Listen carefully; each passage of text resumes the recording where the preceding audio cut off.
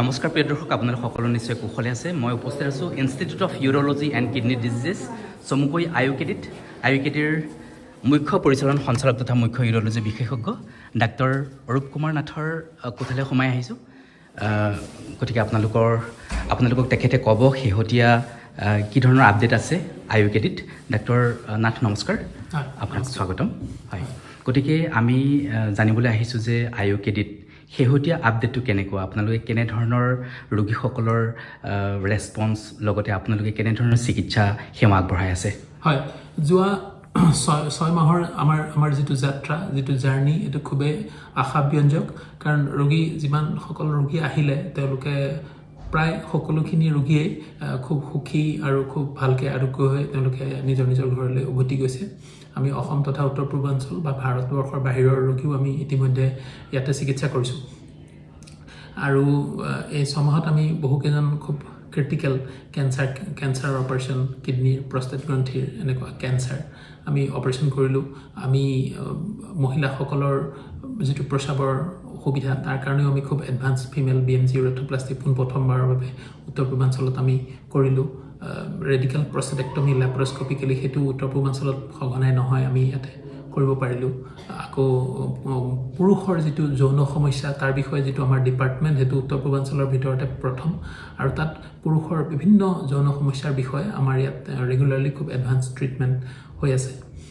আৰু তাৰপিছত আমি এই কেইদিনমানৰ ভিতৰতে আমি আইউকেডি কেঞ্চাৰ ক্লিনিক, উত্তৰ পূৰ্বাঞ্চলত কেঞ্চাৰৰ যিটো ভয়াৱহ ছবি, বা উত্তৰ পূৰ্বাঞ্চলক গোটেই ভাৰতবৰ্ষৰ ভিতৰতে যিটো কেঞ্চাৰ কেপিটেল বুলি নতুনকৈ অভিহিত কৰা হৈছে, তাৰ কাৰণে সেই এৱাৰনেছৰ কাৰণে আমি এটা ৱাকাথলন আমি ইয়াতে অনুষ্ঠিত কৰিছিলোঁ।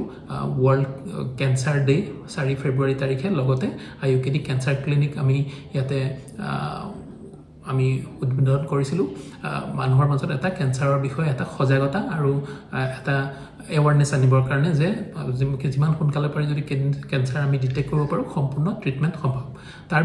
তাৰ উপৰিও আমি আইউকেডি ষ্টোন ক্লিনিক আমি ইনগ্ৰেট কৰিলোঁ। প্ৰথমখন ষ্টোন ক্লিনিক গোটেই উত্তৰ পূৰ্বাঞ্চলৰ ভিতৰতে, য'ত আমাৰ 4জন ইউৰলজিষ্টে অকল কিডনিৰ ষ্টোনৰ বিষয়ে অস্ত্ৰোপচাৰ কৰে, আমাৰ ছিনিয়ৰ ইউৰলজিষ্ট ডক্টৰ দেৱজিৎ বৈশ্যৰ তত্বাৱধানত।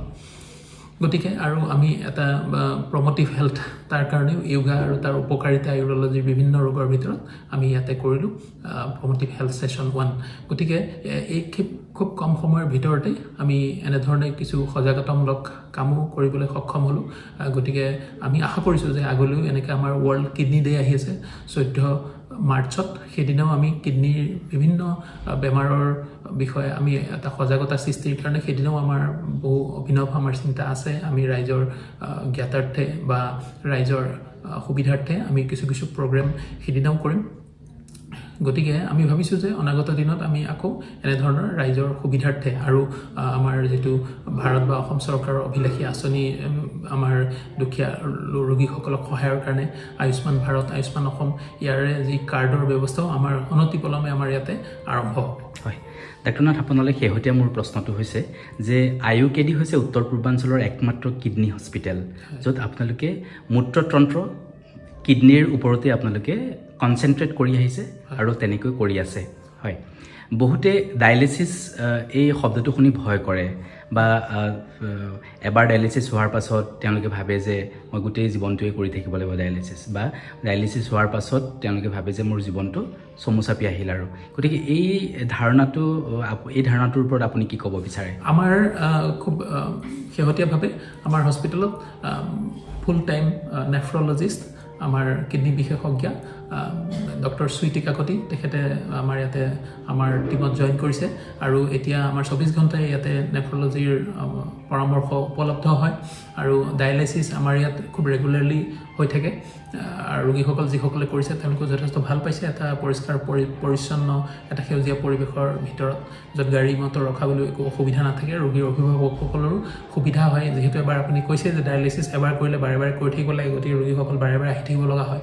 গতিকে তেওঁলোকৰ যথেষ্ট সুবিধা হৈছে আৰু এই ডায়ালাইচিছৰ বিষয়ে যিটো মানুহৰ মনত শংকা তাৰ কাৰণ নথকা নহয় কাৰণ যে তেওঁলোকে দেখা পায় যে গাঁৱত এজন ৰোগী যেতিয়া ডায়ালাইচিছ কৰিব লগা হ'ল প্ৰথমতে হয়তো 10-15 দিনত এবাৰ তাৰপিছত সপ্তাহত এবাৰ সপ্তাহত দুবাৰ এনেকৈ কৰি পিছত হয়তো ৰোগীজন ঢুকাইছে বহু পৰিয়ালত দেখা যায় এতিয়া আমাৰ উত্তৰ পূৰ্বাঞ্চলত এটা খুব ভয়াৱহ ছবি হৈছে যে কিডনি ফেইলিয়াৰৰ ৰোগী দিনক দিনে বাঢ়ি গৈছে গতিকে তাৰ কাৰণ ডায়েবেটিছ ব্লাড প্ৰেছাৰ খুব বেছিকৈ আমিষ আহাৰ খোৱা বা শাৰীৰিক পৰিশ্ৰমৰ অভাৱ বা মদ্যপান বা ধপাতজাতীয় খাদ্যৰ অত্যধিক ব্যৱহাৰ এইবিলাকেই আমি কাৰণ বুলি ভাবিব পাৰোঁ খুব বেছিকৈ মাংস জাতীয় খাদ্যবিলাক খুব বেছি আমাৰ ইয়াত বহুলভাৱে প্ৰচলিত এইটো এটা কাৰণ হ'ব পাৰে গতিকে এই যিটো এবাৰ কিডনি যদি ফেইলিয়াৰ হৈ যায় তাৰপিছত যিটো ডায়ালাইচিছ লগা হয় ক্ৰনিক কিডনি ডিজিজ বা ক্ৰনিক কিডনি ফেইলিয়াৰ বুলি যিটো কোৱা হয় CKD বুলিয়ে বেছিকৈ জনা হয় আজিকালি এবাৰ যদি কিডনিটোৱে শৰীৰৰ পৰা লেতেৰা বস্তুবিলাক ওলাই যাব নোৱাৰা হৈ গ'ল তেতিয়াহ'লে নোৱাৰিলে কিডনিটো যদি অক্ষম হৈছে তেতিয়াহ'লে আমি কওঁ যে ৰিনেল ৰিপ্লেচমেণ্ট থেৰাপি সেইটো দুই ধৰণৰ হ'ব পাৰে এটা হ'ল ডায়ালাইচিছ আৰু এটা হ'ল বৃক্ক সংৰোপণ যিটো কয় কিডনি ট্ৰান্সপ্লান্টেশ্যন গতিকে সেই দুটাৰ ভিতৰত এটা পদ্ধতি দি আমি শৰীৰৰ পৰা লেতেৰা বস্তুবিলাক ওলাই নিবই লাগিব গতিকে যদি আমি ডায়ালাইচিছ কৰোঁ তেতিয়াহ'লে আমি ডায়ালাইচিছটো সঘনাই কৰি থাকিব লাগিব আৰু যদি আমি কিডনি ট্ৰান্সপ্লান্টেশ্যন কৰোঁ তেতিয়াহ'লে সেইটো এবাৰ কৰিলেই ৰোগী এজন হয়তো তাৰ অসুবিধাবিলাক সম্পূৰ্ণৰূপে নিৰ্মূল হৈ যাব পাৰে গতিকে কিডনি ট্ৰান্সপ্লান্টেশ্যন কৰিব পাৰিলে ভাল কিন্তু প্ৰত্যেকজন ৰোগীৰ কাৰণে কিডনি ট্ৰান্সপ্লান্টেশ্যনটো কেতিয়াবা তেওঁৰ লগত থকা আনুষংগিক ডিজিজবিলাকৰ কাৰণে তেওঁ বেছি বয়স হৈ যোৱাৰ কাৰণে বা তেওঁ অপাৰেশ্যনৰ কাৰণে যদি আনফিট হৈ যায় এনেধৰণৰ অসুবিধা কিছুমানৰ কাৰণে বা যদি কেতিয়াবা কিডনিৰ কাৰণে যদি ডনৰজন নাপায় যোনে মানে কিডনি তেওঁক ডনেট কৰিব নোপোৱাৰ কাৰণে এনে বহু ৰোগী কেতিয়াবা ট্ৰান্সপ্লান্টেশ্যনৰ কাৰণে তেওঁ ফিট নহয় বা ট্ৰান্সপ্লান্টেশ্যন কৰিব পৰা নাযায় তেতিয়া কিন্তু তেওঁ ডায়ালাইচিছতে থাকিব লাগিব গতিকে ডায়ালাইচিছটো যে লগা হৈছে সেইটো একচুৱেলি বেমাৰটোৰ কাৰণেহে লগা হৈছে ডায়ালাইচিছটোৰ একো দুখ নাই ধন্যবাদ পদ্ধতিটো এটা খুব ভাল পদ্ধতি যে তেওঁ এই পদ্ধতিৰ দ্বাৰা আমি শৰীৰৰ পৰা অলাগতিয়াল বা আৱৰ্জনামূলক পানী বা লৱণবিলাক আমি ওলাই দিব পাৰোঁ আপোনাক ধন্যবাদ জনাইছোঁ গোটেই তথ্যখিনি খুব সুন্দৰকৈ সহজে বুজি পোৱাকৈ আপুনি ক'লে গতিকে সেয়া আছিল doctor Arup Kumar Nath IUKD institute of urology and kidney disease চমুকৈ IUKDৰ মুখ্য পৰিচালন সঞ্চালক তথা মুখ্য ইউৰলজি বিশেষজ্ঞ নমস্কাৰ